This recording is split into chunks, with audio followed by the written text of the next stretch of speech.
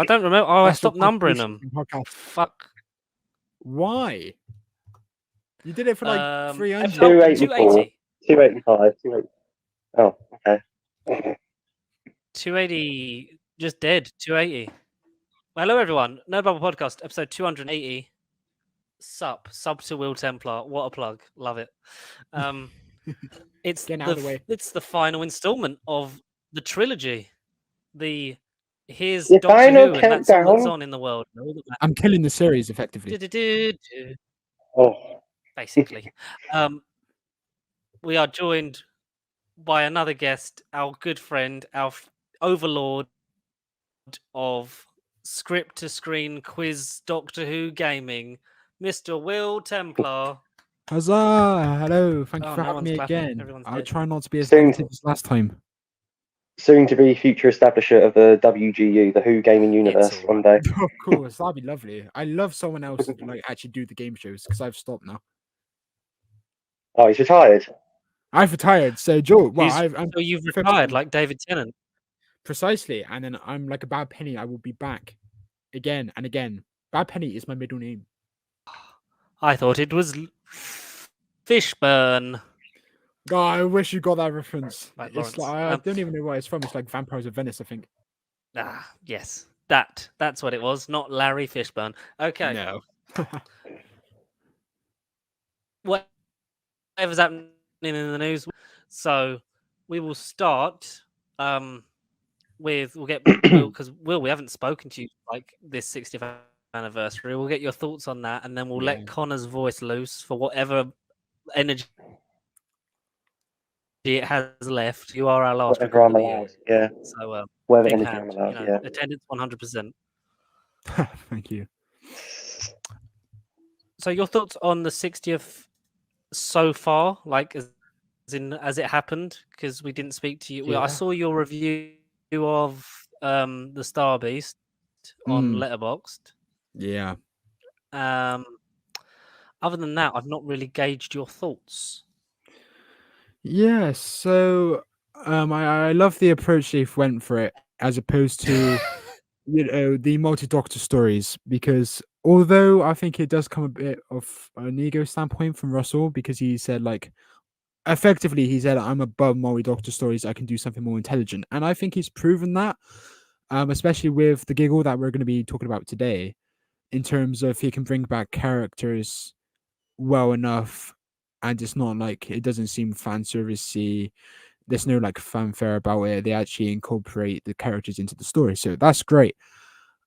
Overall, I've been very impressed in the sense that we've also got not just the 3 episodes, but we've got the Children in Need special. We're like it's not like part of the 60th, but we're like 2 seasons ahead, which I think is incredible. We got the colorization of the Daleks. We've got Tales of the TARDIS. We've got all these different things like going for the show right now. And beyond the 3 episodes, whilst I've had like mixed opinions on the 3 generally, I'm just happy Doctor Who seems to be back in like safe, properly safe hands in Russell T Davies. As much as Michael probably hates me saying that. Back in the safe mainstream worldwide appeal Yes, phase, it feels like it's really been brought back to the masses, and it almost is at that point where I feel like Doctor Who's almost becoming cool again. Yeah. And I totally get there'll be portions of the audience going forward that may have different opinions and be behind their keyboards in some aspects, but at the end of the day, if you don't like it, you don't have to watch it. You don't have to leave a bad review, because you're better than that. Surely the keyboards aren't everything. They are everything. Like a lot of my university mates, they stopped watching during like the latter half, like most people, most of the casual audience. They loved Tennant, they loved Smith, they dropped off of the latter half of Capaldi, never bothered with Whittaker. Literally only one of my mates ever bothered with Whittaker, but they're now back for these specials. And whilst the 2 of them that I've been speaking to pretty consistently, Cole and Rowan, they didn't like the Star Beast either, but they warmed to While Blue Yonder. And Cole hasn't seen the Giggle, but I know Rowan really enjoyed the Giggle. So I think generally it's like it's been a hit. I think the only really naysayers to it say, "Oh, politics, it's all shite." You know what I mean? But yeah, I think Doctor Who is cool again. Doctor, like, none of these specials, the two consolidated reigns we've had so far, they've both doubled what Legend of the Sea Devils got. Legend of the Sea Devils got like 3.47, and then you have these two specials that are like teetering on 7 million. So it's like in like 1 year, Doctor Who has doubled in popularity. That is significant. And I know people say, Pretty mad. oh, the viewership isn't that great. It's not like as same as it was in 2008. And I just think, sure, but it's still double what we had last year. Get some perspective. And then just thinking as well, before we even had any ideas of what the 60th was going to be, like when we were especially doing Power of the Doctor, and like you said, 3.7, we weren't going to be sitting there a year ago and going, oh yeah, what if Doctor Who was going to come back to that viewership for the 60th? I'm not saying the 60th wouldn't have done better than last year's because it's the 60th and it's a bigger event, so to speak. But like you say, it's doubled, and definitely it's got some appeal going forward.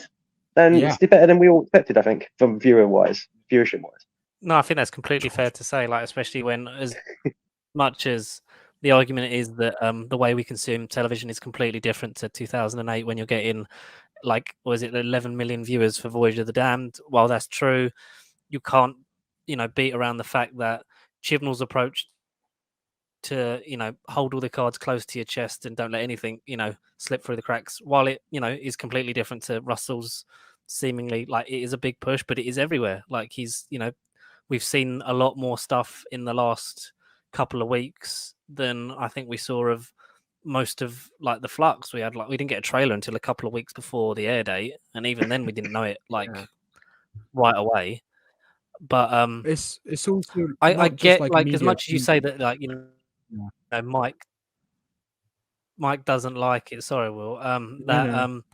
I get, because obviously I've spoken to him. Like I get his points for what he's saying, and there is some apprehension. But the BBC have wanted Doctor Who to be a big brand, and like, not to quote the phrase because I think it's terrible, but to like MCUify it.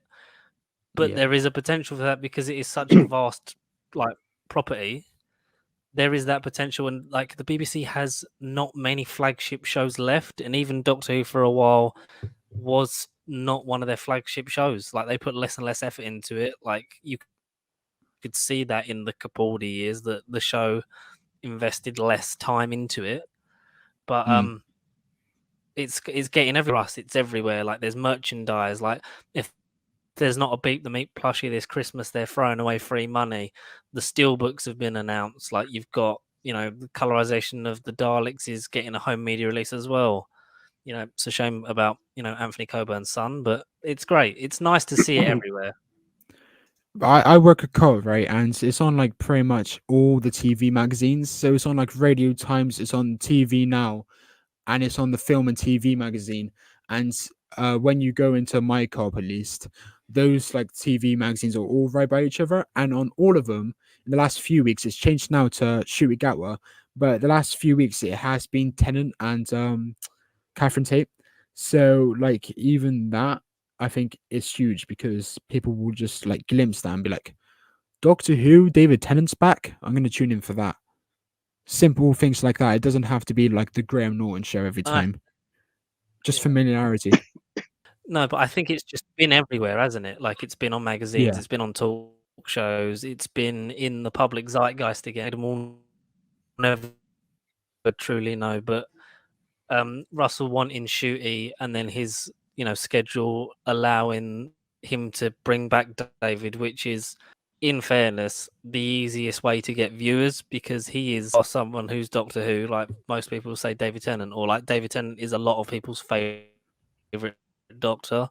So to get the most audience appealing Doctor and, our companion arguably would probably be Rose, but like from that era, and to sort of make people like feel under the illusion that it's the Russell T Davies era again, which the Star Beast felt the most like. It felt the most safe, which it puts it at the bottom of the three for me, but purely because it takes the least amount of risks.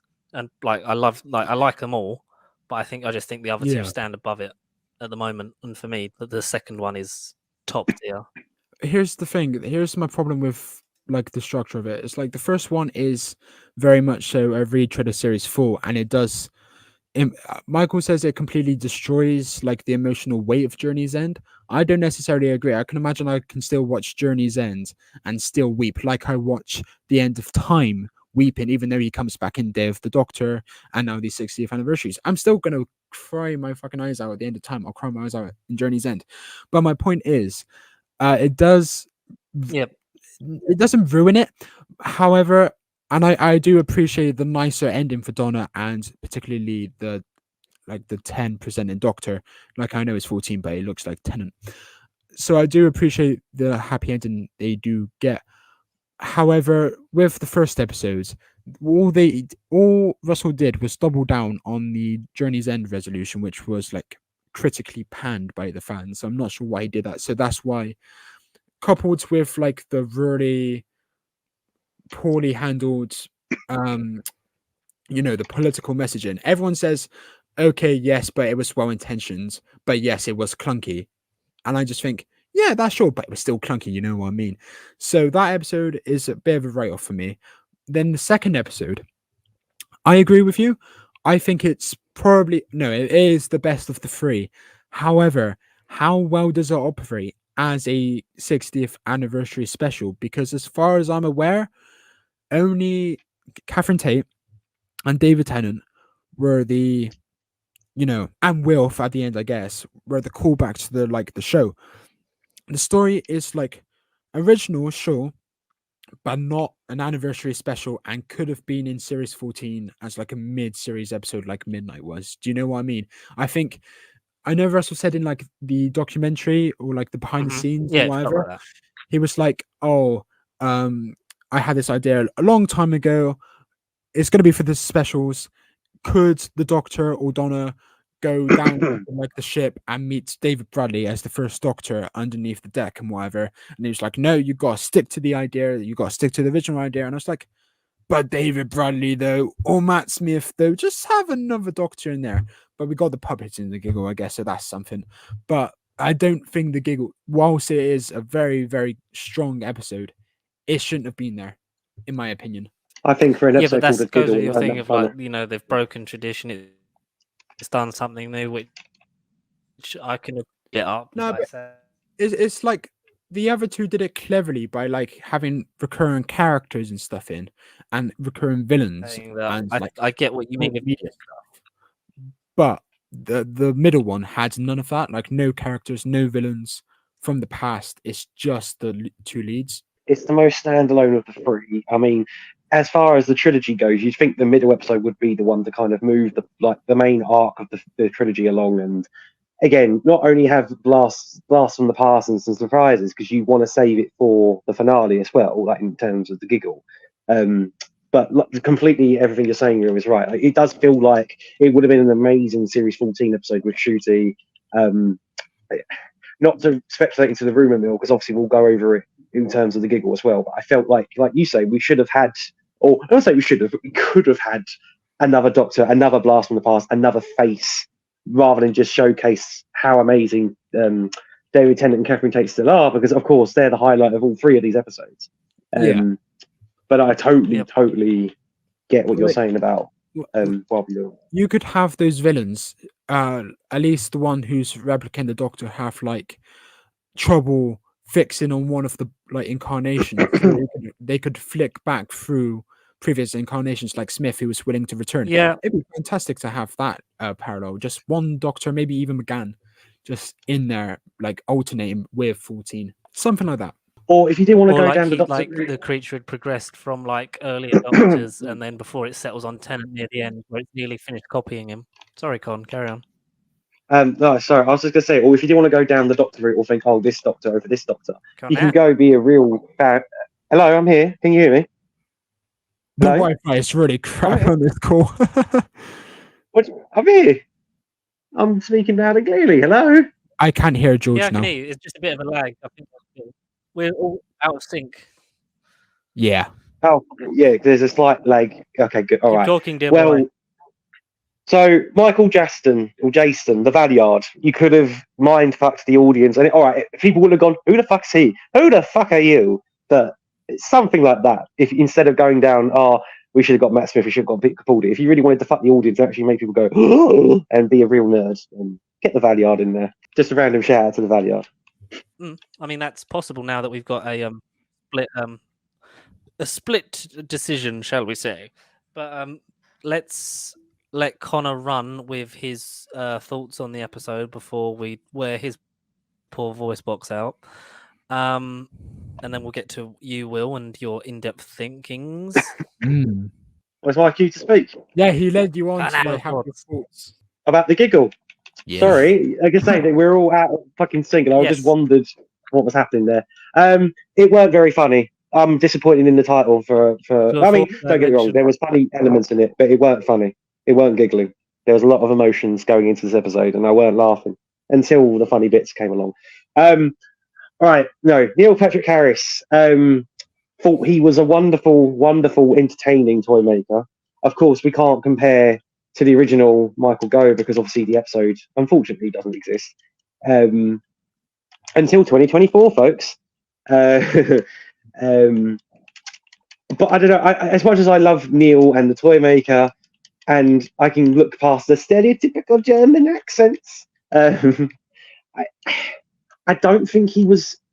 I felt like there was something missing in his portrayal, though. He weren't the despicable grand mastermind villain I wanted him to be. He weren't a real scumbag. He was just a clown more than anything.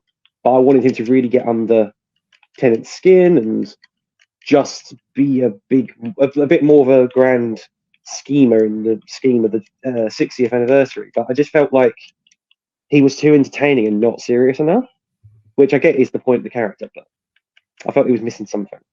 No, it kind of felt like he could have just been the master. Like, I don't think there was. I get what you're saying. It's kind of like the final piece wasn't there. Like, I think everything he did, like, he chewed the hell out of the scenery, and I think having him there brought like a real sort of like, like if he's going to be in Doctor Who, then surely like this is going places. Like, because obviously his previous work with Russell in It's a Sin. And the fact that he's just, he's a big American actor to get in this. And I think I can buy him as the same,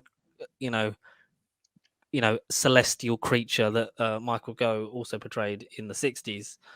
I was so glad they didn't retroactively like try and make him a Time Lord or something, because there was a worry there that, how they were going to explain his change in face and whatever. But they just rolled with it.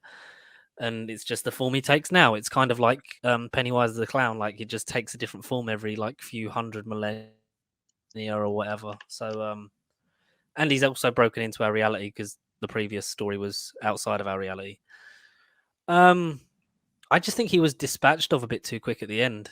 I feel like that, as much as I'm game for watching Ncuti Gatwa play catch hands any day, I feel like that was too quick of a resolution. Yeah, 1,000%. You see, I just think that was like that final sequence is just down to like the lack of experience from the director. Now, I'm gonna come for that person. I'm not sure of their name. However, I think with the Star Beast, whilst there were a few problems with, I believe, what we were saying, Rachel Talele is like proven she's fantastic. So the Star Beast, there's some things the script was at fault for, but not the direction, not at all. While Blue Yonder, you got more experienced director than the director who did the third one, whereas the third one has only like started in like the last 5 years and has only done like 4 different shows. So I do think the Doctor Who is quite a big, show to do so early into your career. And Well, I just don't like how we didn't just see the balls getting thrown. We just saw like a character do like a quip to the camera, and then we have a cut to them to a new character catching the ball. And I was like, yes, I realized the ball's moving fast, but the ball is being chucked off screen and we're jumping 3 seconds each cut. And I did not like that whatsoever. So I think that is probably like a problem that was the reason why the pace of the ending was so poor, was because of the coverage that was lost, in my opinion, in the edit. No, I can see your point on that. I think was it Chaina Burton or Button or her name? I believe so. Yeah.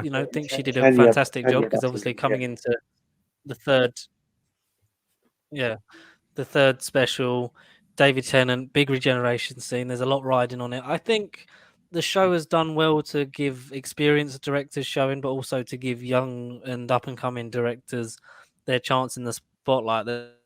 Yeah, like she might be a bit more inexperienced than Rachel Talalay, who isn't, because she was fantastic in all she did in Doctor Who. But I feel like, should she not have done the third one? Like, if you're going to have the big thing of, Rachel Talalay's coming back to direct, would you not have her in the big one and then maybe give Chaina Burton and whatever, I'm butchering her name, I do, Talalay on an episode that didn't do anything new?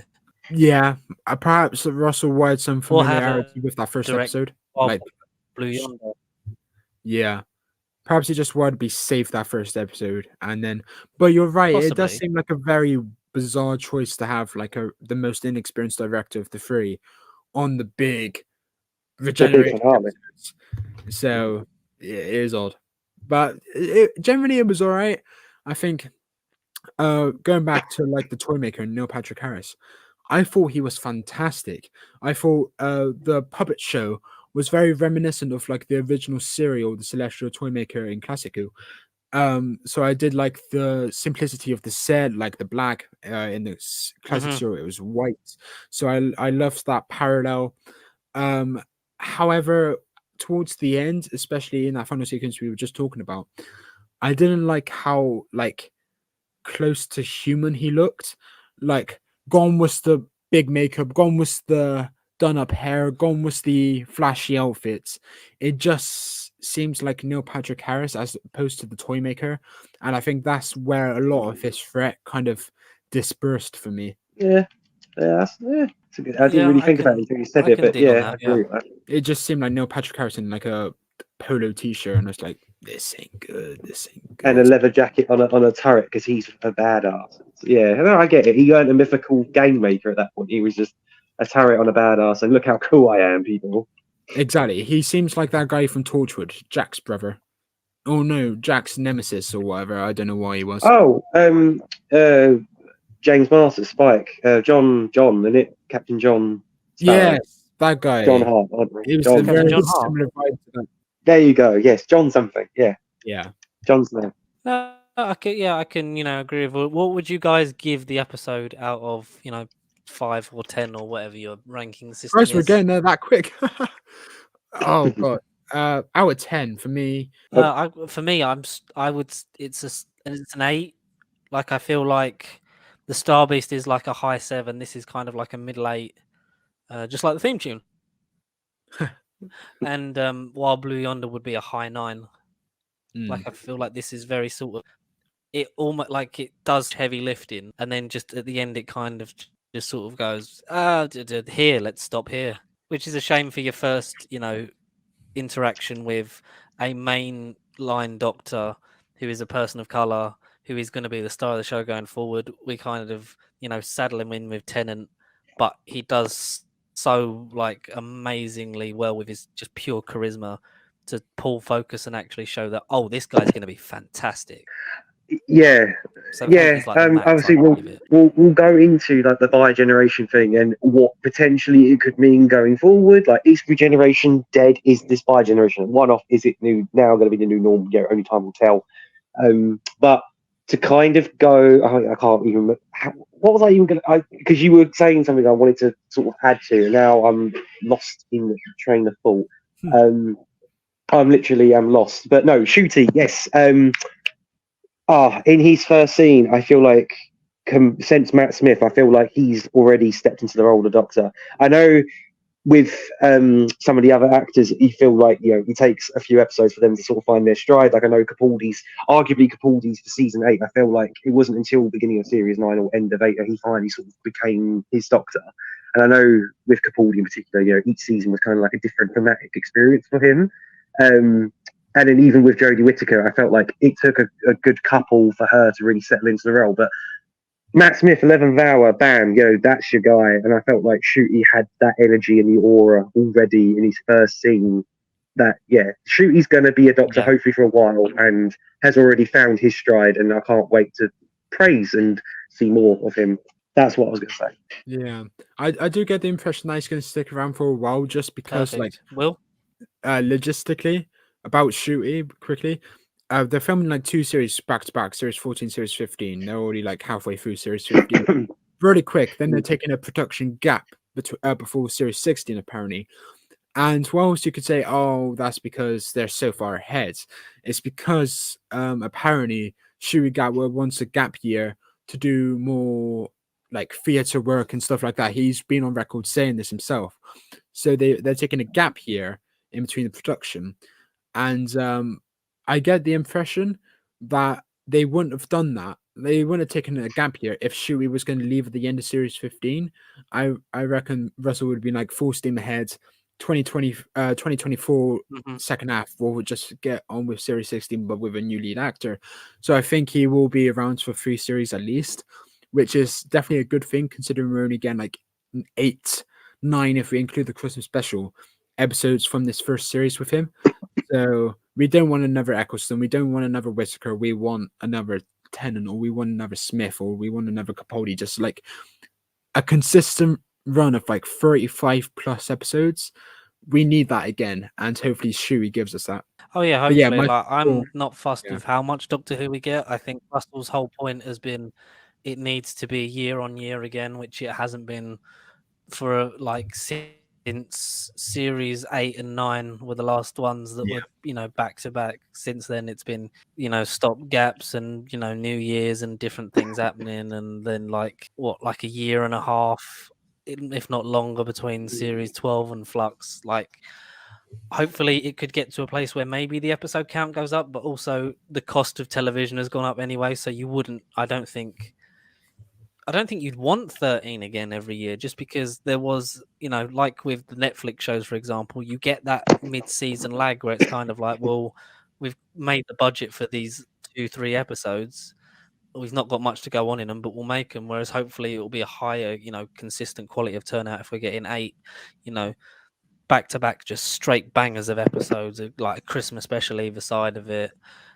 So we'll have had 10 episodes of Ncuti this time, well, coming up to this time next year.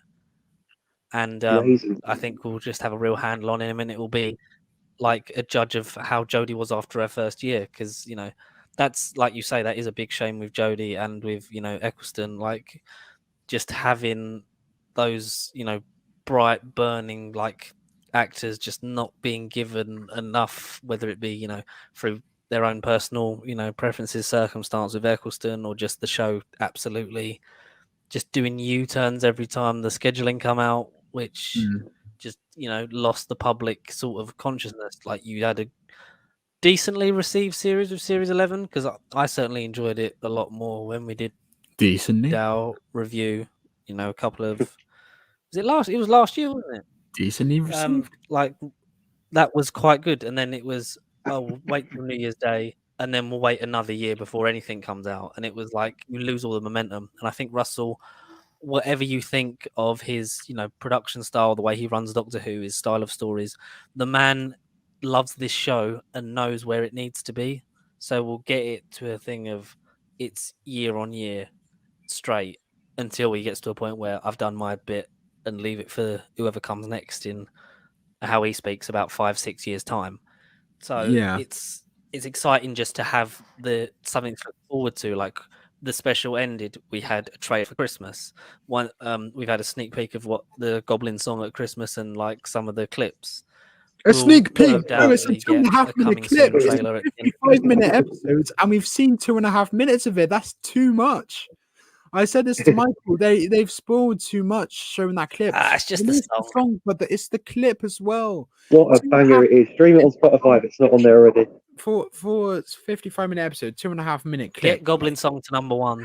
Yeah, but here's the thing, George. Before we move on, who do you think? I had this conversation with Mike as well, and he agrees with me in the sense that who in their right minds is gonna pick up Doctor Who in a showrunning sense now that it's like so big, the expectation is riding so high to like manage spin-offs, like make new spin-offs, create the multiverse of Doctor Who and like keep a consistent schedule with like the Disney contracts and whatever. Like now it seems like less lucrative to be the Doctor Who showrunner if you're not Russell T Davies than it did before. So, and no one wanted to do it before. Who could Yeah. take over from Russell T Davies now and keep it going like him? Because I don't see Russell ever leaving the show until he's like 85 and senile. You know what I mean? He's got to be there in some capacity producing the He's the new John Nathan Turner. like a Kevin Feige, yeah, like a Kevin in MCU guy, just like the overlord, and then you get the lead showrunner of the main show, but ultimately you have Russell as the exec who like oversees the main show and the spin-offs, but like gives complete creative control to a new showrunner. That's the only way I see this working, because not many people are gonna like want to take it over now, in my opinion. Yeah, mate. Like I get, like I think that is a thing that maybe he does move into a Kevin Feige role and have more of a sort of CO role, and he's more in charge of the overall content and the brand. Like once he's sort of run out of Doctor Who to write, which many people argue he already has, or that Doctor Who's best years are still ahead of it. I very much believe that there is still more good to come of this show. Like it's the art, those hanging on to RTD1. It was fantastic. It was a great time. But if you honestly believe the best days of Doctor Who are behind it, then maybe stop watching it, because I think that Russell's going to set it up in a certain way. Like you say, maybe that is the only way. He becomes like a CEO role, has, younger up and coming sort of shows, like, they're sort of tested on spin-offs, whether they could handle the main show. The joke answer is obviously that Stephen Moffat comes and takes over in 5 years' time. But you do kind of have to sort of do the Cartmel master plan now and kind of have the show of the future ready, because as much as Russell can update it and keep it up to modern times, he is still a man who's in his 50s now. Like you're going to get to a point where you're going to want some young, fresh, idea-filled person, whoever that is. I pray that it's not just between the same three showrunners until one of them dies. Like I think we do need at some point in the next 10 years max, we need a new voice in there of a creative input, whether that be just a spin-off, whether that be someone that Russell guides into a transitional phase of taking over in about 6-7 years time. Who knows? It is a kind of poison chalice now, because I don't think there was a plan if Russell didn't come back, because obviously the show was going to end with Jodie regenerating on a cliff top. Maybe we would have got it picked up again soon. Maybe we never would have. But it's, they've sort of kind of fallen back into each other again. Like the BBC didn't know what to do with who. Russell did, but it's kind of an unlikely thing of it's never really happened. Like no one's ever really come back to a show to showrun it after such a long time, having started it and been the main guy, but also to have changed so much. So I don't know. I think we've kind of just got to see how this one plays out over the next couple of years, like how well it's received by, predominantly the audience, because that's the main thing that matters. What the, spin-offs entail, like how does that make the universe richer? Does it oversaturate it like the MCU has felt in the last couple of years? Do you, do you just want one showrunner to each thing? Do you want Russell to be over everything, like with a fine-tooth comb? It's interesting to kind of just watch season 1, series 14, and kind of take it from there, because I think the Disney viewers will kind of determine where we go. If it does gangbusters, then it's going to be like, yeah, pump out, like I want the Adventures of Nyssa. Like you're going to have all kinds of shit. Or like if it dwindles in the American audience, like do you kind of just scale it back and keep it as, Doctor Who with a Torchwood variant, like in the presence of like it would be like a unit show now. Like do you have a Sarah Jane equivalent? Do you have a Class equivalent? You slowly do those things. Russell has sort of come out and said that there is a spin-off with like an 8-word title or something along those lines. Hasn't alluded the war to between what. land and sea devil shit. What is that? The actual name? Jesus. Fat that sky high. Yeah, there's a sea devil. There's going to be like the war between or something, and one of them's like a sea devil's thing. Sounds horrendous. Oh, we're going to get the Adventures of Mad Auntie Mel. I mean, I'd love that. And I'd the love more noble Mel. Mad Auntie Mel in the movie. Mel was a nice surprise. I think, as much as a companion, she's not the most loved. I think it was nice to have her and to know that she's coming back with Ncuti next year. Yeah, I can't believe she's done, because I felt like this surprise for the 60th, I think, would have been more effective if she wasn't part of the Doctor's Companion Allowance thing guild last year in the last special, the Companions Pension Association. But the fact that we're getting more Mel next year, why Mel? And I know we're going to touch upon the plot points later on and family, because I mean that's essentially why the 14th Doctor was David, because family. But then why didn't Russell just get Vin Diesel in if the family was going to be the main motif and resolution of the 3 arcs? But then I just, without jumping into that and going ahead, why is Mel part of the Doctor's family? Like, why not Poxy Susan? Susan is literally, as far as we're aware, as far as canon goes, his blood. Why not Susan? Why raggedy old Mel and Carrot Juice? Why her? Yeah, here's the thing. Mike said the same thing, and it's just because she was there. It's because she was just available for filming. Because like he was making a point of, oh, you should be annoyed because River and Amy and Rory are the Doctor's family and whatever else. And I just thought, sure, but as of right now, he can't see Amy or Rory or River. So for him to like create this new family for himself, it's absolutely fine. And I don't see a problem with it not being Carol. I thought to be fair to you, now that I'm thinking about it, it could have been a perfect opportunity for her to reappear. Actually, no, that is a really good point. I've retracted my rebuttal.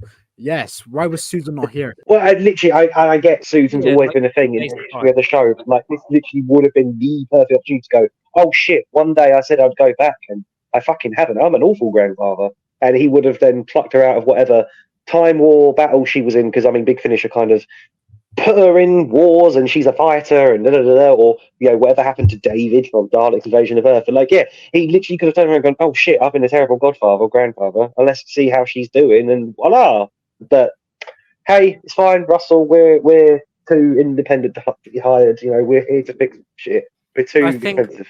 Also, like, do happen every so often, you do get the certain Doctor with their group. You have the third Doctor with the unit family. You've got the fourth Doctor, Sarah Jane and Harry. Like, you've got 11, Amy, Rory, River. Is like, they are inseparable from each other. They are so intrinsically linked to that era. They are a family unit, as does the Paternoster gang retroactively later on in his one and into Capaldi.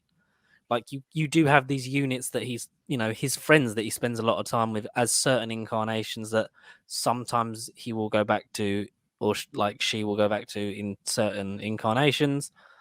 But this is just, I think, because this is less of a introduction and start for a new era of Who, which it kind of confuses me as why this is included in the 2023 onwards section, because realistically this should be at the end of Jodie's run, not just with the linking in from the regeneration, the trauma, but because this is very much a finale and the reset that it gets rid of the baggage of the previous Doctors, not by overriding them, because as far as I can work out, the bi-generation is just the 15th Doctor appearing earlier in the timeline instead of being like the one that replaces David. They just both have just snapped into a timeline where they're both there. So presumably David would be my third thought. But they've all regenerated because of the commentary. I get that. Yeah, well, which I think is a load of bollocks, and I don't take that as fact, because Russell can suck my dick in that respect. But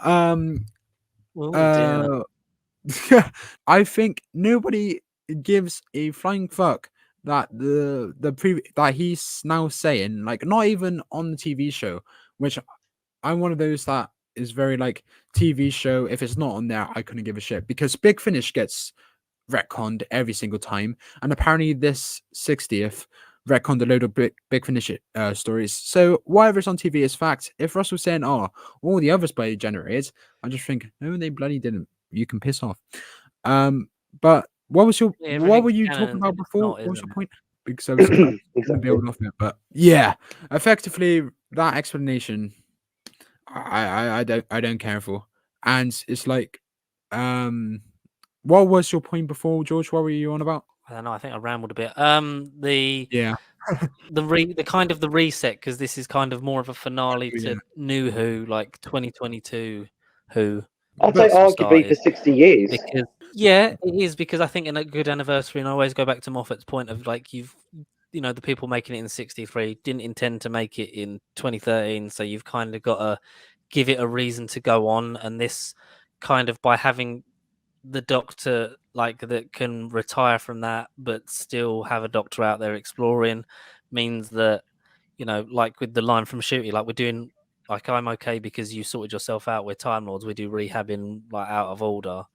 Out of order. So like him Such a good sorting line. himself Yeah. out allows Ncuti to be problem free, meaning that I get why it's called season 1, because you're kind of ripping Yeah. that version of the show away and saying that's that. You're taking it to an American audience on Disney Plus and going, there is no other baggage to this character. He is happy-go-lucky and an adventurer, and will now meet his new best friend, and they will go off and have amazing adventures together. And that's kind of the reset point. And I get why he's done it for, let's be honest, the money and the input of that and how much that helps. But I just, like you say, the bi-generation idea that all the Doctors woke up in their TARDIS negates the point of them leaving. Obviously, like, it makes multi-Doctor stories easier to do.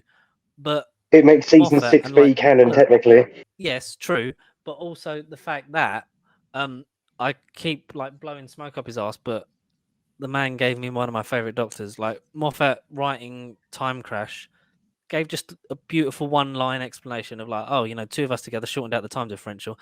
That will soon snap back into place once you get out of here. That's it. That's all you need. You don't have a big explanation of this is why Sylvester McCoy looks like he is, because he is actually this fucking age in real life. People age outside of television. That's just what happens. Like, I don't need an excuse for all the tales of the TARDIS are in a separate multiverse, Doctorverse thing that he wants to do. I just don't want, I can still, like you say, with End of Time, you can still have those emotional beats and the endings can still have an impact. But you don't want to negate that for them retroactively or for future ones by thinking, well, they'll just all, wake up and regenerate and be separate bodies with their separate TARDISes and go off and do whatever. And no one really dies or there's no consequence. I Because think then the what's only the point in being alive? the only real instance of like emotional being negated by like a future decision is like Clara's death in Face the Raven, but that was by the very same showrunner in the very same series. So it's like you can't really, well, you can have a problem with it, but it's like it's not as if Russell went back and redid something Moffat did, because Moffat went back and redid something Russell did, and Chibnall did the same to Moffat. So it's like it's not nothing out of the ordinary change in the past, but it's like how much are we going to get into that now, like in terms of the law stuff, particularly because we've had the Timeless Children, we've had the Flux now, which is having a bigger impact than I thought it was. They're Whoa, actually especially a year ago. Yeah. yeah, but the Timeless Children thing now by regeneration, which was just like slap-handedly said, "Oh, it was just a theory. Like the hybrid was in Series 9. It's just a theory, but it's like come out to be true." And that was as far as they went with it, as opposed to just giving us like this time-breaking thing that the Timeless Children. Let's not get into the Timeless Children thing again. This is my fault. My voice is also going now. Shite. George, you're gonna have to do all the chine in a minute. Stay away from the But children. the Timeless Children went into too much detail and collapsed under its own weight. Whereas the Giggle, the bi-generation thing, I don't have a problem with it at all. So long as one thing happens, and well, two things happen. First of all, and they kind of go hand in hand. First of all, it's never mentioned again. Second of all, David Tennant and Catherine Tate don't get their own spin-off. I like how they ended it. I like how it's kind of ambiguous, but kind of like a complete end. Like, yes, they're going to go for adventures, but Ncuti is the Doctor. There's not like two doctors just like popping about. I got the sense that David's going to do his own thing. He is retiring, but he's going to do like the odd trip here and there, and then eventually like keel over and die, just like the human Metacross Doctor in series 4 was just going to die like a regular human. I want to believe that, or like in your case, George, which I think is the more heavily like thought about rumor, is that it's like somehow, I don't know how this has become a thing, and I don't know if I've just missed it during the episode, but the speculation that he's like a previous, like he's regenerated too early, so eventually he will regenerate into Ncuti, which I don't see how that would work personally, as opposed to just like another Metachrist instance that we had in 2008, should I say. But wherever's plausible is plausible for the eye of the beholder, I guess. Yeah, because obviously we're not going to know till we see the payoff of that. But the theory that I was doing rounds was that he's just pulled back out of sync with the regeneration, so that's why there's two of them there, which obviously doesn't work if they've all generated into them. I think there's no spin-offs because that kind of seems to be the only reason why you'd have all these doctors, about and active and doing whatever. Obviously, apart from the ones we're not going to see, which would be Eccleston and Capaldi, have no desire to be near it at the minute, which I completely understand. I like Capaldi's sentiment that once you're gone kind of thing, and maybe you show up, maybe you don't, but that's just how it was when he was a kid. I completely agree with the David Tennant thing. Like, having the worst spin-off you could do would be just more Doctor Who, but it's different. It's like Fear the Walking Dead and The Walking Dead. It's the same show, but just with different leads, and obviously it would vastly overshadow Ncuti, who is finding his feet and winning the audience over as the Doctor. Maybe you would do something like that in his third or fourth series if he got to that. It's the same reason why, as much as I love the idea of a Paul McGann series, why make your spin-off of Doctor Who a series of Doctor Who? That's just Big Finish. But it's Big Finish canon. It's got it for Connor, me. It is to me on my bank account. It's getting retconned. It's my bank account. Sorry, George, you said something. They put limits on it as well. Yeah, I know.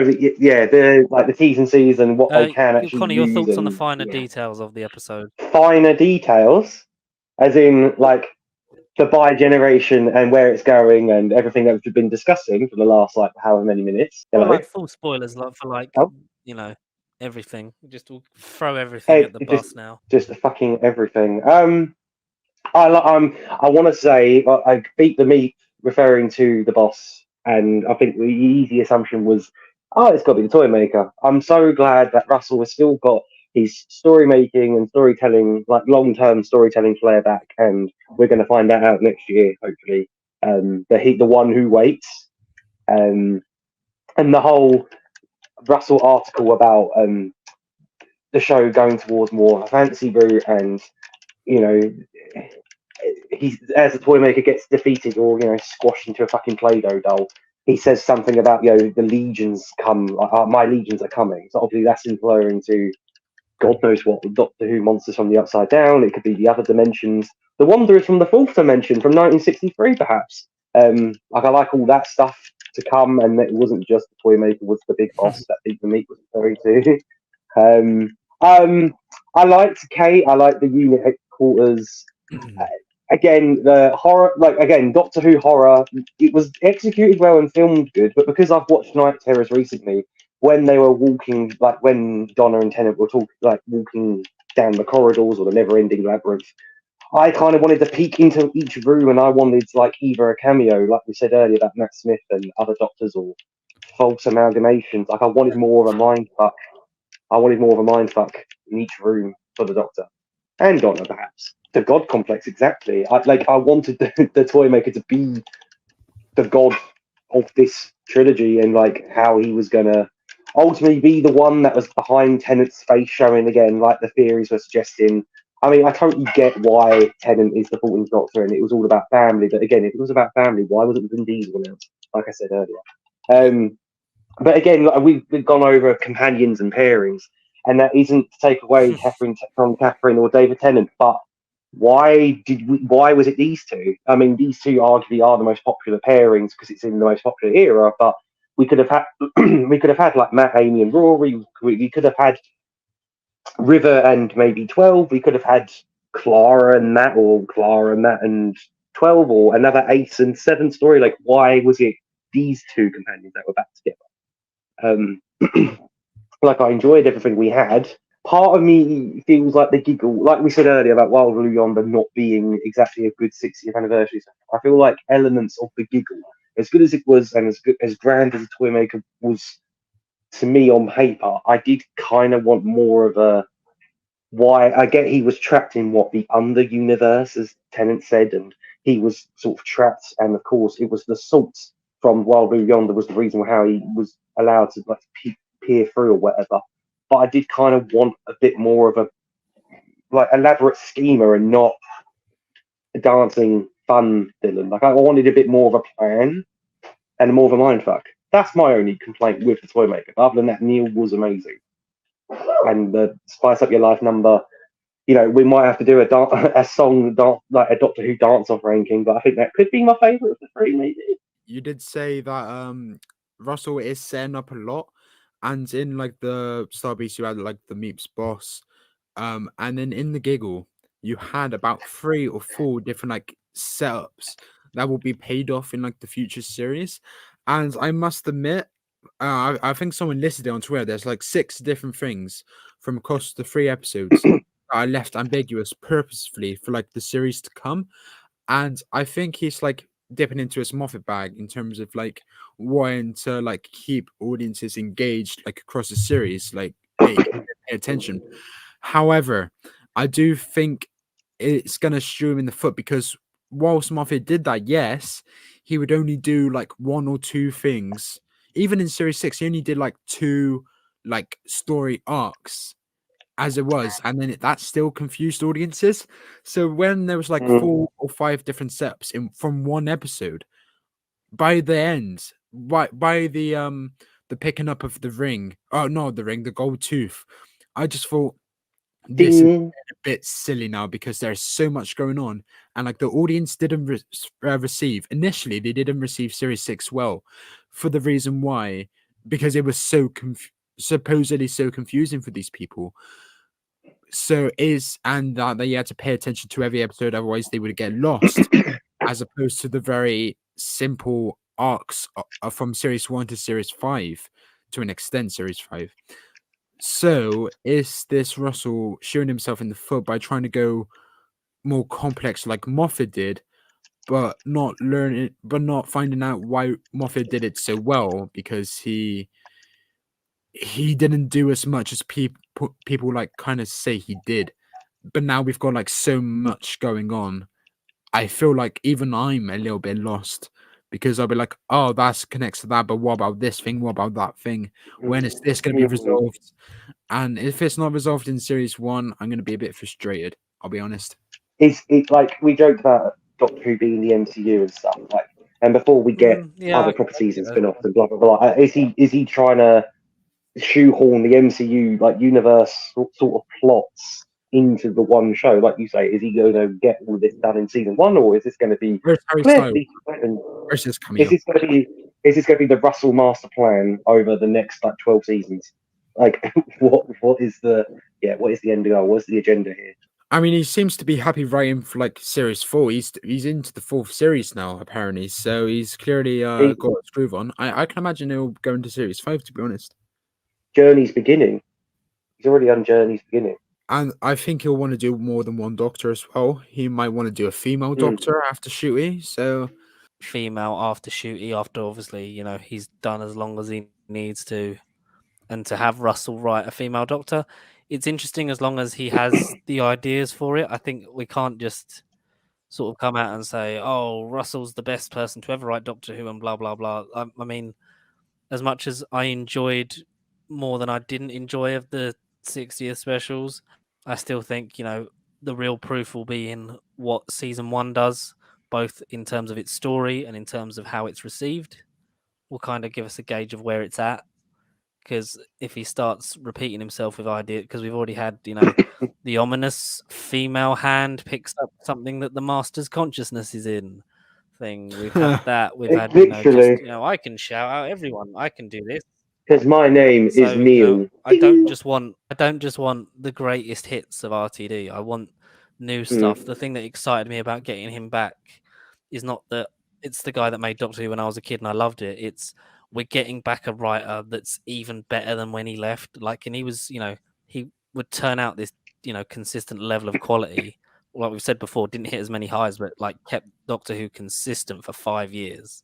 And we're getting someone back that's written years and years. Cucumber, It's a Sin. We're getting back this person that knows that he's not afraid to call out the government on how shit they are and doesn't care about the consequences.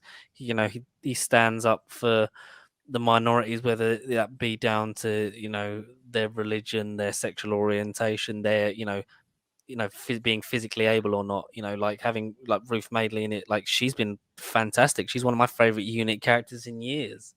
Like he's not afraid to call out the shit in the world when he sees it. I just hope that there's a reason to everything he does and not just a thing of, well, I'm the boss and I can do this kind of attitude, which I know a lot of people are thinking that that's where it's at the minute. But, I'm cautiously optimistic about the future and however long we have with Russell at the helm. Oh, it's going to be good. And like you said, if you think the best days are behind us, then that's absolutely not the case. I think Shuri's going to be fantastic. Minnie, it's like she has, again, it's really unfair to say because it's 2.5 minute clip. I was like unimpressed with the clip. However, from her colleagues from like, I think it was EastEnders or Coronation Street or one of their shows, her colleagues say she was fantastic, like fantastic on set, fantastic actress. So with those two, and those three with Russell T writing them and Murray Gold composing and the same production team and the same editor even. What's So the guy who edited the Star Beast, and I think they've done the Giggle as well. I think they had a different editor for Wild Blue Yonder because of the special effects, and like it was very different to what it normally is. So they had to get like a more VFX like editor in to do that cut. But the guy who did like most of Russell T Davies' first era and the very vast majority of the Moffat era, and who left in Twice Upon a Time, came back to do the Star Beast, and it's a problem with the editing and a problem with like the music supervision, I think. So editor and Murray Gold go hand in hand here. I feel like some of the cuts, especially in the Giggle, in terms of like the harsh music cuts as well, don't like flow as well as they used to, because usually the music would flow seamlessly one scene to another.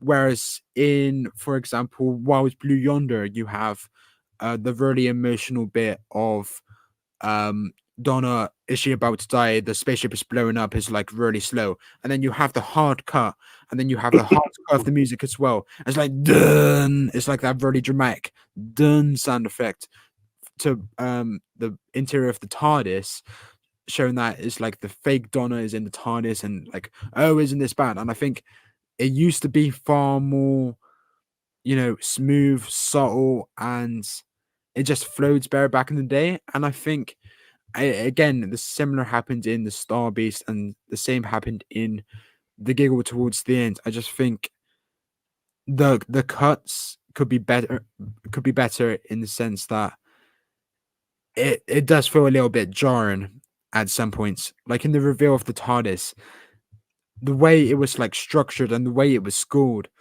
and the way this music like faded in and stuff, it just seems like a complete Disneyification of the show, because I don't think the piece that Murray wrote for the TARDIS reveal would have fit over like the reveal of the TARDIS in like series 1 or even like series 7, The Snowman, when Matt comes into the TARDIS. That music like wouldn't fit those eras. Whereas now that it's like Disney, the music feels different. However, I think in the Giggle, generally the music is getting better. I think it's far more subtle. I don't think anyone can complain about like the levels, because I could hear the dialogue throughout of the Giggle. There was no like Christopher Nolan, Hans Zimmer like issues with dialogue or anything like that some people weirdly say about Murray Gold, especially in Russell T Davies' first era, which I never understood. But I think that was a problem in the Star Beast. I think that was a problem definitely in the Children in Need special. I hated the Children in Need special because of the music. It was way too loud. I couldn't hear what David Tennant was saying. But my ultimate point is, I think the production crew, these were their first episodes back after a long, long time. So with the music, with the editing, it's gonna take some time to get back into the swing of things. And I think the first 3 episodes were done quite quickly. These 3 specials, and they were probably picture locked, and they were probably like polished and finished really early on, and not kind of looked back on, because they were full steam ahead on the production of the next series, and like the tight turnarounds for series 14's edits. So I think it's just a case of I'm going to flip the saying on its head. Too much, and it was too soon. I think series 14, they will have ironed out these problems, but there was definitely problems with the 60th in terms of like structure of the edit, I think. I hope someone understands me. I hope someone out there agrees with me in terms of music editing. I mean, you're talking about things I I didn't get even it, think about. especially But with the Children Eat was loud. Yeah, that was fucking loud. Yeah. Yes. I'm an editor, so I can kind of pick up on You these get things. it. I'm taught to like analyze these things, and it's just like the harshness of the cuts. You would never have that in the first era, but they're getting things used to things again. I'm sure it won't be a recurring problem. It's not really that deep. I was like, should I mention this? It is a bit pedantic, but it's like, if they want feedback, if they're listening to Pasty Sheep, they want some feedback. So I gotta give it to them. I mean, they clearly are listening to YouTubers, because look at the TARDIS ramp. Shout out to Fairies. Because of him, they got the ramp in. They might be listening to us. Who knows? In another timeline, they probably have. Runner listening to all the podcasts and whatever, just to see what people were saying. Yeah, definitely. It did kind of have that feel, Will. I get your point of like, these are the first ones back. It was everyone sort of trying to get back into the groove of making Doctor Who again, and that did feel like that for me, especially with the first one. Sort of felt like easing it back in, and then while Blue Yonder tried to do something really different, like you say, hopefully series 1 and onwards, we're gonna sort of see them at their best and firing on all cylinders, especially if we're gonna catch up with a production that's now like a year and a half ahead. So we'll see how that turns out. Closing thoughts on like everything overall and the future that you look forward to. Well, shooty. I mean, don't get me wrong. RTD has always been like out of the 3 showrunners, like my showrunner, because # that's my era. Without sounding like one of those guys, even though I just called myself out on that. I'm excited for the team. I'm excited for this crew and everything. And Shooty is just absolutely, from that first thing, like from that first moment of go, he's just completely in awe. Like, he's really, to me, outshone Capaldi and Whittaker, at least in terms of easing himself into the role. Whether or not Shooty in the first season will go through like a familiar regeneration process in the sense of, I'm not sure who I am yet. Like, not literally, who am I? Like, what is it what is it I do, and what is it I like? Because he's already sort of owned his introductory scene in this episode. But just I'm on board with everything we said tonight, but it's just, for me, Shooty is the reason why I'll be continuously watching, engaged, and ultimately back into the show that I was starting to fall in love with like this time a decade ago. But yeah, if I was to quickly rank the 3 specials now that we've done it and seen them all, for me, Wild Blue Yonder was still top bunch. Although, like Will said, it's the least sort of festive and least special of these 60th. But it's, whether it's a mid-season 14 episode or again the 60th spectacular, it was an awe and a wonder and just such a different type of delight that I didn't know I needed until we witnessed it. Star Beast, again, it's just a throwback to RTD1, and it doesn't take any risks, but it was a good thrill ride. It got everyone back, and harmless fun. Maybe because we've seen all three, it might be like I won't be less critical of Star Beast, perhaps, because I think we were all sort of going into it going, oh, how would this affect the middle and third episode? Because it's all done, it's the most standalone. And then I just think, controversially, I don't know, I felt like the Giggle as an individual episode, I think this might have been my least favourite of the three. But that's just more toy maker and script centric. It wasn't everything from Bi Generation onwards. Like I'm totally fine with. The game of catch and how quick it was resolved. I don't know, but is Power of the Doctor better than the Giggle as far as an individual episode goes? I don't know. No. I kind of want to. What Rasputin? I want to watch Sacha Dhawan again.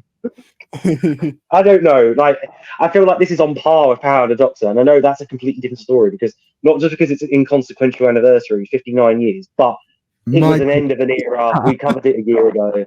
I don't know. Is this a Power of the Doctor again? I feel like it could be. But all in all, this trilogy, it's been a good trilogy. I don't feel like it's fully hit home where I wanted it to. It don't feel as festive as something like Day of the Doctor was. Although, again, is it just a New Who special? I don't know how I feel about these three as a whole package, but I've enjoyed the ride and I will continue to be on board, strapping myself in weekly, Easter 2024, or April, March, whenever the season starts airing next year. Well, and Christmas, of course, in like a week's time by the time this comes out. I think they're going to give it like a few months to like really ramp up promotion again. So I reckon it'll come out in like April, and they'll just give themselves like 3 months to go really hard again with like the promotion. So I don't expect it to come out in like February because they'll have seen the ratings. They'll be like, we could do a bit better than this. Come on, guys. And they'll just go back to the drawing board and think of more, I think. Because if Doctor Who, right, had the 60th, had like 10 million viewers plus, like consistently, they'll be like, hell yeah, let's get this series out in February. So Doctor Who is not off the screen for more than a month. But the fact that it's been like teetering on like 7, 6.5, they'll be like, okay, let's do like an even bigger reboot for Ncuti, I think. But yeah, I agree. I think Day of the Doctor is probably. I think Day of the Doctor feels more of an anniversary special than these do. But I do also. I get the sense that because I rewatched it like a month ago or less than a month ago, and it does. Sorry, just because it's a more conventional special. Yes, I think because I think it's because 1/3 of the 60th didn't feel very special, whereas the Day of the Doctor feels very much like event TV, and it's event TV because it was an anniversary special. So yes, well, it was very much a modern Who anniversary special, in my opinion. Like you touched upon, Connor, I think it more than makes up for it at the end with not just like the archive footage of them saving Gallifrey, but what more than makes up for it, the entire is Tom Baker coming back. I think that scene alone holds so much weight that it makes it a superb anniversary special that celebrates the entire show. So and it's like ultimately, if we think about the Giggle and about how that ended, like in comparison to Day of the Doctor went out like applauding classic Who. Essentially, it was like, here are 3 different sequences. You have the archive footage, you have Tom Baker as the curator, and you have them standing on a cloud, all of them looking towards Gallifrey. That's how Day of the Doctor ended. How the Giggle ended was 20 minutes of self-indulgence about David Tennant, Catherine Tate, and Ncuti Gatwa as the Doctor. It looked towards the future, and it looked towards Series 4 fans as opposed to the 60 years that preceded it. So that is, in my opinion, what makes Day of the Doctor a better anniversary special. However, I will agree with Michael in the respects that Power of the Doctor is more encompassing generally as a show special than Day of the Doctor was, even though Day of the Doctor has a stronger script, stronger performances, etc., etc. But I think of the specials, I would say, oh, this is a good one. I'd say 50th because that also had An Adventure in Space and Time, brilliant documentary. Also had Night of the Doctor, brilliant mini episodes. You had Day of the Doctor, fantastic episode with David Tennant, Matt Smith, John Hurt, great, absolutely great. Then you had the 2022 specials for the centenary of the BBC. Let's just forget about Eve of the Daleks and Legend of the Sea Devils. Utter shite, frankly. I object. Either the Dalek was not terrible. Oh, I've run over I it. enjoyed that one. I enjoyed Either the Daleks. Forward. Come at me with your keyboard. But then Power of the Doctor. The I story really liked even the Daleks. Thank you. I'm the exception here, I know. But Power of the Doctor That's messed the me up. other Not the best performances, but it had the Fifth Doctor and the Seventh Doctor. It had Ace, etc., etc., Antigon and whatever, etc., etc. And then you had these specials that only felt special half of the time, and that was only because it incorporated characters from the past, even like the Meep and the I can't even remember the name of the robots that like chase Meep. However, Rafe the Warriors or something. Warriors, yeah, they're from like a comic that no one. Okay, I'm not going to say no one read, but it's from like Oh, that's half. in the grand scheme of things, it's a niche piece of media. It's a niche piece of media Yeah. that 95% of the audience wouldn't have known before it was announced that they were returning on TV. So you know what I mean? So that writes off the Star Beast because it's not recognizable characters generally. Then you have Rob Reporter that it's not like thinking about the history of the show at all. Then you have the Giggle, which has the toy maker, fantastic mostly until the end. And you have Melanie, Mel Bush. Then you have what else do you have? So it's in the grand scheme of things, in my opinion, there's only two things here that scream out to me as like an anniversary special, which is Mel and the toy maker in the Giggle. And even Michael said, he was like, what was the point in Mel in the Giggle? And I disagree with him. I was like, well, the whole point is like, first of all, it's a 60th anniversary special, so you've got to have a callback there somewhere. So yeah, sure, bring back a companion, that's fine. And as well as that, she's actually like an employee of Union now, which makes like employment of past companions more feasible. So you can do more companion returnings in the future. And you don't just have to like say it's for like the audience's sake, like fan service and whatever. You can say, well, if Unit are back, this character is also back. Joe Grant, maybe. What if Joe's like a tortured member? Martha Jones, even bring back Martha. Get Martha a part of Unit. Did I say tortured? I meant Unit. Get Martha a part of Unit and have her back, and that won't seem forced because now Mel has like pioneered that. Like I say pioneered. It was Russell T Davies, right? Same thing. I guess, but it now makes sense for that to happen. So Mel, not only for like an anniversary standpoint, but like from a practicability, thinking about the future point of view, it now opens up doors. So Mel's inclusion was very much appreciated. Toy Makers 2, but as an anniversary special, this was weak. If we don't think about the multimedia stuff, like I mentioned at the start, Tales of the TARDIS and the recolorization, without those two things, and the Children Need Special, without those three things, I think a lot of people would have been disappointed. I think so. I rambled there a lot. Sorry.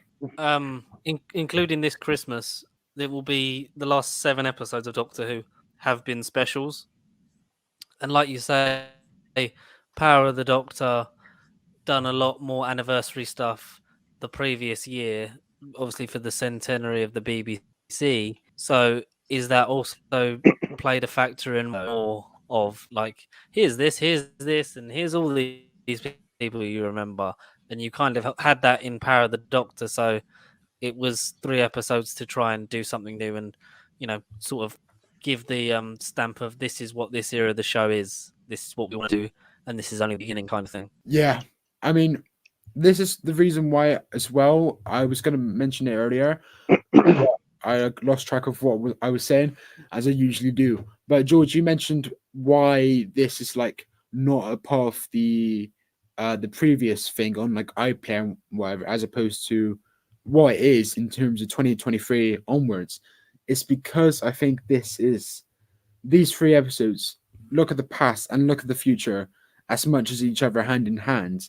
And it's like if a new audience member comes in with, for example, the Christmas special, if the Christmas special was like the jumping on point, they might not understand the show as well as they might do if they watch these 3 specials. Because then if they didn't watch if they didn't go back and they didn't watch the specials, let's think of accessibility. If we start with the Giggle as like this new era because Ncuti Gatwa's first episode is in it, then that would be good, but it would alienate new viewers because you have one episode where David Tennant is the Doctor for like 50 minutes or 45 minutes. Then you have Ncuti right at the end. That's jarring, that's confusing. So if you have 3 episodes that kind of establish lore, kind of establish like there was the character of the Doctor being traumatized as like after episode 2 being traumatized by the timeless child stuff, and that carried on over into the Giggle, and that was the ultimate reason why Donna said the Doctor's face had come back and why he had to settle down, and why the 14th Doctor had to heal, in like the 15th Doctor's words, for the 15th Doctor to continue going. So I think you need these 3 episodes if you're gonna be a new viewer for Ncuti. Because if you come in with Ncuti, I'm not sure if it's a good jumping on point without these 3 specials. So that's why I think they've like mixed these together with the new era. Because if you start with what do you call it, the Christmas special, you wonder like more about this character, so you then go back, and then I'm repeating myself here, but you need all 4 of these episodes together, in my opinion, to kind of lean yourself into the show as a new viewer, in my opinion. But it's very easy for me to say that as a fan, having not watched the Christmas special yet, because maybe it is a great jumping on point. I don't know, but yeah. But if like Regeneration is going to come up again, then you really do need to watch the Giggle. Yeah, true. And get.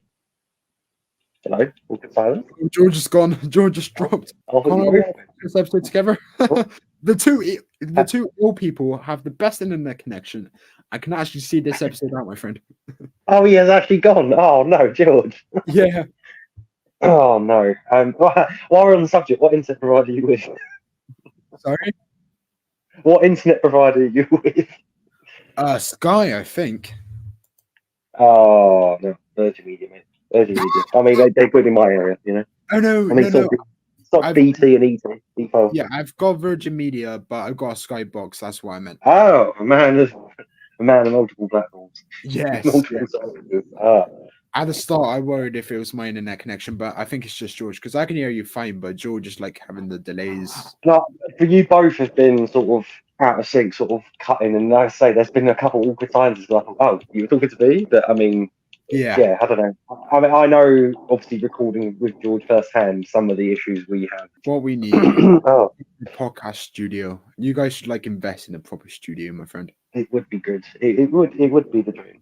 Or make your own studio, like get a room at George's or your house, or for example, and just like build like a podcast room, something like that. Yeah. My house is no TARDIS, I'm afraid. My house ain't no TARDIS. Fair enough. Yeah. From the pictures, I can sense that George is like a very lavish house, so I'm sure you can work something out. Here's the thing: I did a podcast like a couple years ago. It's called Exterminating Doctor Who. Aidan Gula, George Ellis. And we spoke about Let's Kill Hitler. And the thing is, they were at university at the time. And their university had like this recording like booth for like radio shows, because their university had like a radio station. So they had like this proper radio setup. And that's where they recorded all their episodes of the podcast. So it's like really, really professional. It's like, you guys are winning because you've got the facilities for free, pretty much. I know you're technically paying a year, but you're getting tuition and you're getting that room to do like a side hustle cast. And I just thought that was brilliant. So yeah, if you're going to continue doing this for years and years to come, which I anticipate you doing, to be honest, because like George just had a kid, Thanks. you haven't slowed up. Yeah. Well, yeah. No, I mean, yeah. I like. Well, look. I'm not just saying it. I hopefully we'll do it as long as we can physically do it. And obviously, next year onwards, if George's luck with his equipment doesn't tend to malfunction or glitch or break, or just don't connect in terms of internet, then hopefully we can do things on a more, like you say, a more professional basis, and not just do the podcast. We want to do more than what we are doing now. Like I'm like so many people I know just want a face cam, and essentially it was his phone until his phone went wrong, and it's just one of those things where he just hasn't got like. But yeah, it hasn't got back. But I know the face camera. I know from my audience and like my people, they want to have more video feed. Yeah. Oh no! So what are you trying to do now instead of? I know you said you retired from the game show. Like, I have watched your football skits of late, but like, what's your like big plan or ambition, or like what's your next step? So I want to do more like generalized entertainment videos like that appeal to all, because like Doctor Who is like It's pretty niche. It's niche in the sense that it's got a very limited audience. Whereas entertainment videos, like I'm not comparing myself to Mr. Beast, for example, but Mr. Beast is like got entertainment generalized videos nailed on because it appeals to everyone. Anyone can watch it. So I want to do something like that. And it's like football as well. Sports in general isn't for everyone. I know a lot of people that don't like football. So I'm trying to do less football videos, more like things that anyone can watch, like the bungee jumping, like anyone can watch that. So I recently got into a relationship. I recently got a second job, and I'm still doing university, and I'm in my final year. So life is like really, really busy for me right now. So I've had to take like a step back from YouTube right now because I've recorded like 3 videos, 3 pretty big videos, but I haven't edited any of them. I've started one edit, and it was like, yeah, this is all right, but it's like the bungee jumping video I was like really proud of. So I was like, okay, if I'm gonna make another video, I've got to come back like far, far stronger. So whilst I'm like grinding away at the jobs and whatever, I'm like earning as much money as I can, I'm gonna save that money and put it towards a new car because my car broke down a few months ago, and then also new videos, like new, bigger, better entertainment videos. So I grow in that sense because I want to do like a canoe race across the city. I want to visit Paris for a day. What do I want to do? I've got my list of video ideas. Jesus. So yeah, I've got these big ideas that just require money. So yeah, and time. I want to be. I was an Uber driver for 24 hours. Jesus. Come down with me. It sounds like you want to be the WDL instead of the NDL. You want to be the new William Omalana. Yeah. Nico Omalana. Yeah. Effectively. What George said. Conclude and wrap. It's all yours. Someone make sure they end. I mean, where's end on here? We don't have end. I can't see it. Don't have end, my friend. Where is the end? What happened to time? I mean, this is going to be. I mean, George is going to have a blast editing this bit together because we were just chatting about life. By the time he actually gets back in from like the crash and like end the stream, it's going to be like 10 hours long, and there's going to be an absolute pain for him to download. It's not coming out this Friday. This episode is coming out a Friday, not this Friday. A Friday. No, not on my screen. Does it not It say says live? Oh no. What if we all leave? I can leave. More comments setting or cancel. No. No. Do you want to just like talk about? Should we just talk about like the episode or general thoughts, conclusions, scores, and then just like you give a piece to like end the podcast because it's like recording this year? I mean, I'm surprised. Like my voice, I feel like I was going into this episode going, "Oh, I'm doom and gloom." I've literally been coughing, working from home all day, and I felt like I was on death's door when I woke up. And I'm actually okay. I'm actually feel all right. Same. We're doing better than George.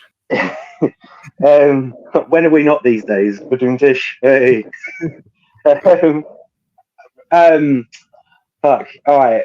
I mean, we kind of done our fault, so that's the thing. But essentially, all right. Quick ranking. Giggle, bottom. Haha. Weren't really that funny. I was more annoyed about the lack of characterization for Toymaker, and I felt like Doctor Who did horror on a good entry level kind of thing. But because I've seen some good psychological thrillers and horrors recently, and God, I wanted more deep dive into each individual rooms. I mean, that's just Moffat era aside. Then I'd say second favourite for me was the RTD1 inspired Star Beast. Again, reading that niche comic, I did not. I didn't know what to expect going in. I didn't see the Beat the Meat twist coming. Me and my mum were both like, I've watched these 3 specials with my mum, who hasn't seen the show since Journey's End or even End of Time, so she's been proper out of the loop. But she thoroughly enjoyed all 3 of them. But I think for her, that Star Beast would be her favourite. Then I think she got most of Wild Blue Yonder, but I think she would have preferred the Giggle over Wild Blue Yonder. But for me, Wild Blue Yonder was best. Star Beast RTD1 was second. And I just think, as an individual episode goes, I just think the Giggle weren't, not because it wasn't funny, but I don't think it did. It affected me the least. But I'm still mega excited about the future and shooting it.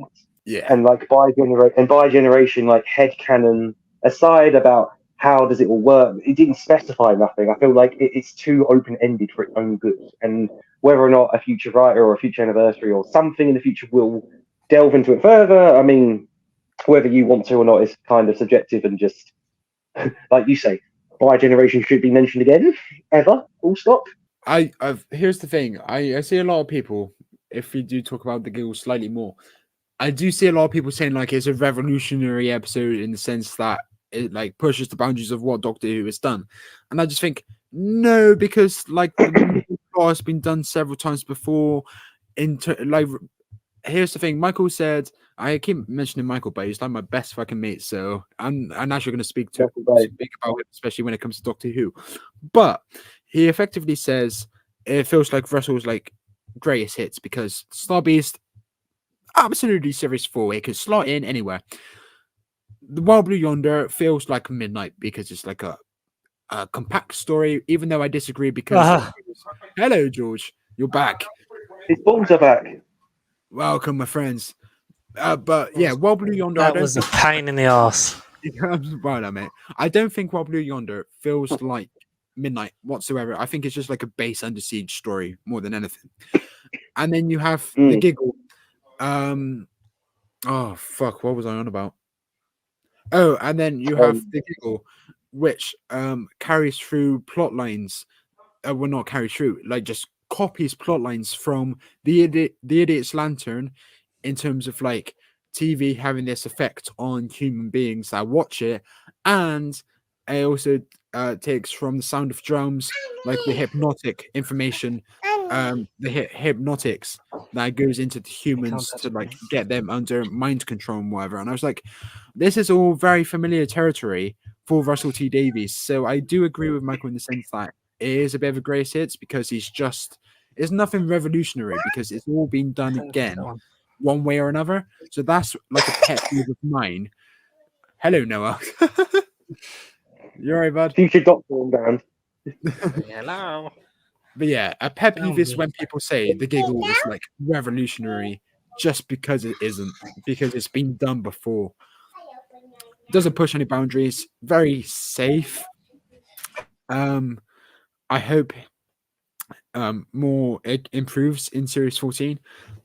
And whilst I'm on this point, I want to publicly say that I really hope they stop with the CGI villains, because with including the Christmas special with the goblins that are also animated, 3 of the last 4 episodes, if we include the Christmas special, have included CGI villains, which, wow, yeah, 3, no, all 4 have, because in one you have the Beep the Meep, in 2 you have the Doctor and Donna doppelgangers that are CGI mostly.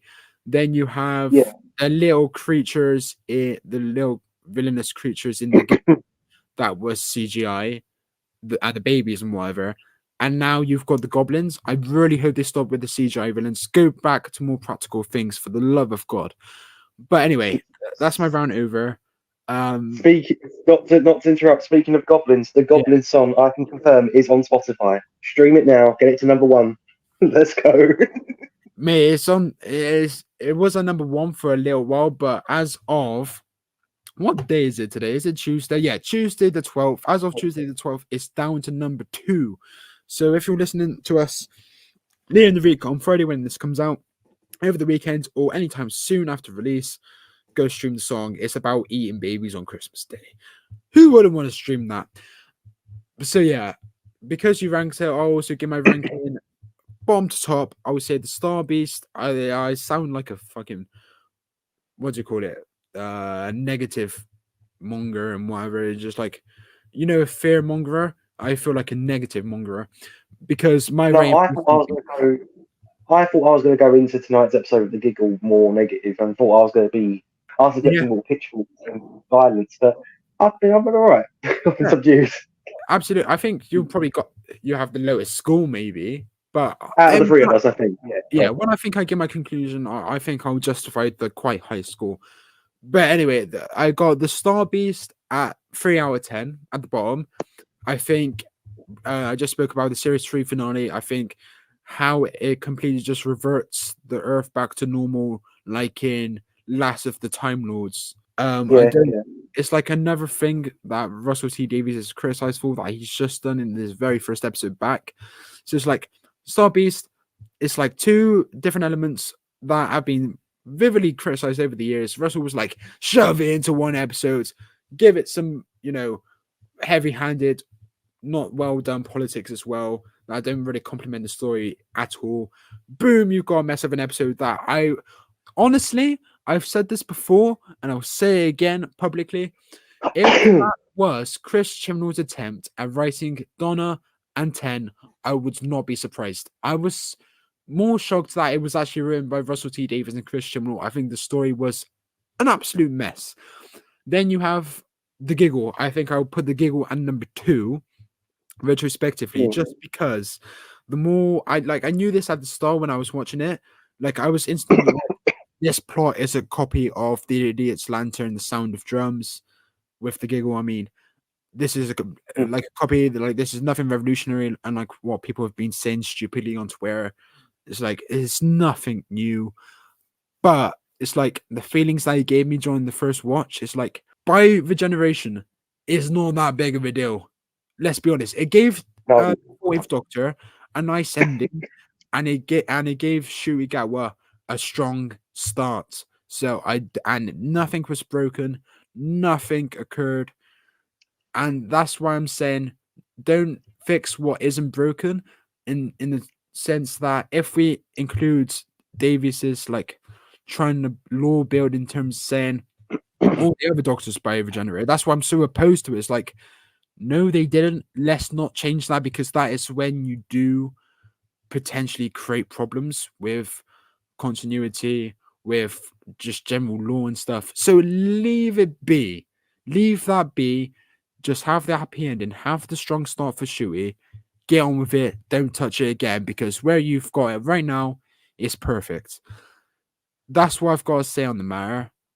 I'd give the Giggle a 7 out of 10, just because fantastic performances all around. I think the body regeneration was done generally strong, even though I didn't like how the camera went from one side of them to the other side whilst they were regenerating. That was a bit weird.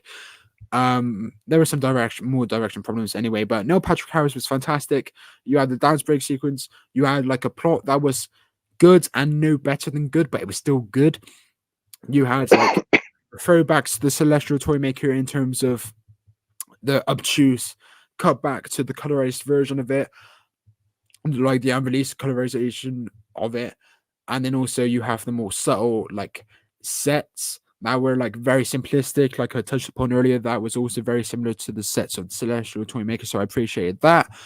I think the fact that it was leaked by apparently there was a skeleton crew when Ncuti and David Tennant were shooting their scenes together. However, the scene in its entirety still leaked on Reddit in July 2022, despite the Skeleton Crew. Oh no. They've got to Yeah. find that person and shove their fist up his/her/their ass because they are assholes.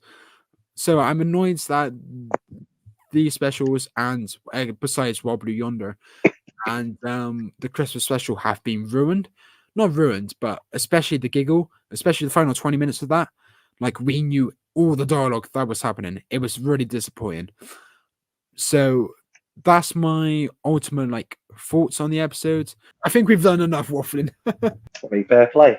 We literally sort of did 2 recordings twice, once with all 3 of us, and then once between me and you, Will, in quicker time. And we've gone over and touched all things bases regarding Doctor Who's 60th anniversary. And whilst we don't have the magical end button, so like we joked around earlier, what exactly happens to time once we record it? But I might as well do the outro since George is in the lobby, but he doesn't seem to have the ability to speak. He'll be able to stream that now that he's back though, so that's fine. So guys, if you've enjoyed our little thoughts and review, if you've enjoyed the 60th anniversary, not just for 1 week, not just for 2 weeks, but all 3 weeks of the end of November going into early December, let us know your thoughts on the 60th anniversary. Did you laugh at the Giggle? Were you in awe of the Wild Blue Yonder, or were you afraid of Starbeast, or did you just find it cute and adorable? Either way, let us know your thoughts, what you want to see for the 70th anniversary. If we've had the Toymaker come back, do we dare get Omega or someone like a Sutek, or something mythical and gods and fantasy like Russell's indicated? Are we going to get something along those lines, but like those lines back? The Rani maybe finally. Those clamoring. I mean, the ball is in Russell's court and Ncuti, so anything can happen. But again, guys, if you if you enjoyed the show, let us know. If you're going to stick around for the future and, be engaged by whatever happens next, let us know. Email us at nerdbiblecontact.com, nerdbiblecontact@gmail.com. That's the important bit.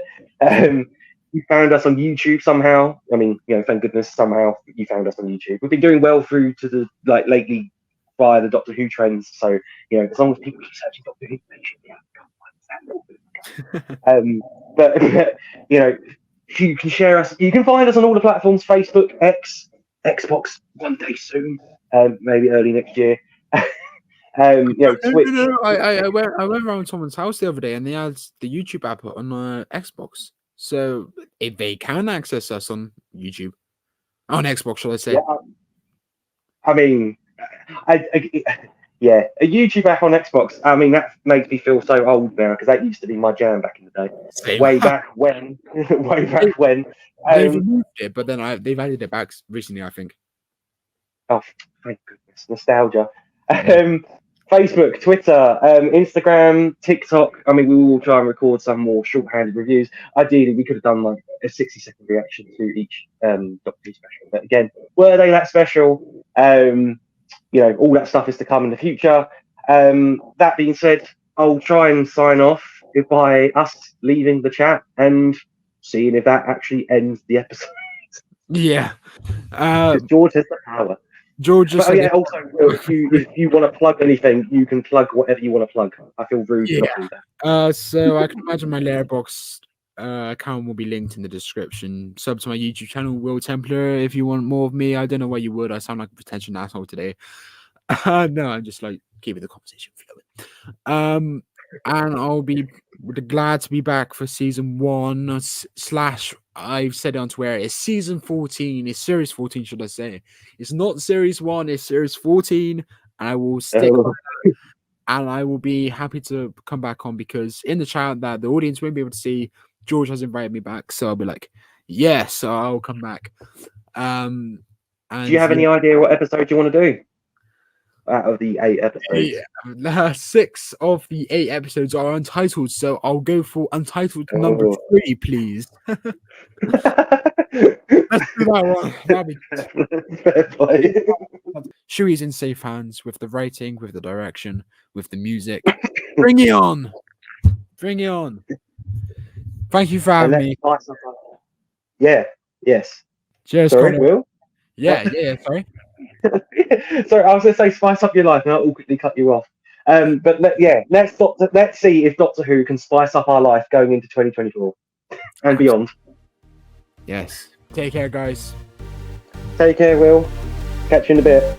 Bye bye, recording. Bye, George. Stop it.